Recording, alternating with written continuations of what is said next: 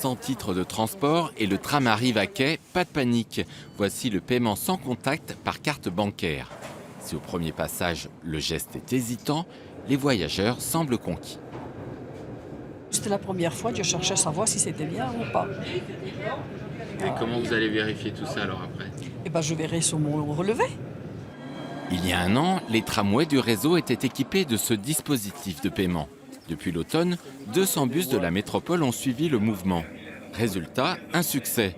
Plus de 650 000 validations pour 83 000 utilisateurs, dont les 2 tiers de touristes. On n'est pas de Dijon, donc on vient pour se passer la journée, donc c'est super. C'est plutôt bien avec le paiement sans contact, c'est relativement rapide. J'ai vu qu'on pouvait prendre directement dans le tram. Moi, je trouve que c'est un gain de temps et que c'est pratique. 1,40 € pour un pass bus-tramway d'1 heure, mais ici, pas de ticket. En cas de contrôle, la validation du trajet est vérifiée par lecture de la carte bancaire. Un système innovant et une première en Europe, ou plutôt une deuxième après Londres.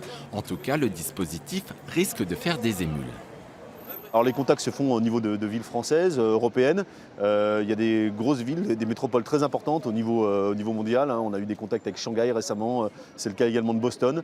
On reste en contact avec Londres, puisque Londres a été également précurseur dans ce domaine-là, et pour pouvoir continuer à améliorer le système. Donc typiquement, ça a été un sujet sur lequel Dijon a vraiment été mis en avant. La métropole dijonnaise part de la technologie high-tech. Ne nous emballons pas et restons modestes. En tout cas, ce système pourrait donner, pourquoi pas, des idées à d'autres opérateurs, comme la SNCF par exemple.